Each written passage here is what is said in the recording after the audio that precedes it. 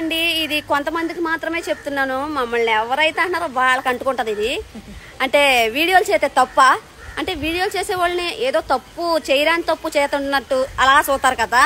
అంటే ఒక మనిషి ఎన్నెన్ని తప్పులు చేసేయచ్చు, ఇంట్లోనూ పెద్ద బాగా రెడీ అయ్యి వాళ్ళు ఎన్ని తప్పులు చేసినా పర్వాలేదు, అర్థమవుతుందా? లొడ వాగితే తప్పులు చేసినట్టు, వీడియోలు చేసే వాళ్ళు అయితే చేయరాని తప్పు చేసినట్టు.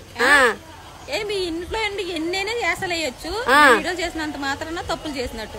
చాలా మంది అంటున్నారు వీడియోలు చేసిన వాళ్ళేమో తక్కువగా చూస్తారు, ఇంట్లో ఎన్ని రాసలేనా చేయొచ్చు. అవును, ముందు అవి తగ్గించుకోండి, మీ ఇష్టం వచ్చినట్టు మెసేజ్లు పెట్టడం కాదు. ఒకళ్ళనొకళ్ళని జుట్లెట్టి కొట్టుకున్న వాళ్ళని ఇవన్నీ ఏంటి ఏమంటారు? వీడియో చేయని వాళ్ళని చాలా మందిని చూసాను నేను.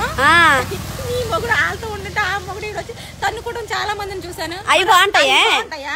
వీడియోలు చేస్తేనేమో తప్ప మీకు గుయ్యమంటది. మళ్ళా మంచిగా చూడండి, మంచిగా అర్థం చేసుకోండి, అర్థమవుతుందా?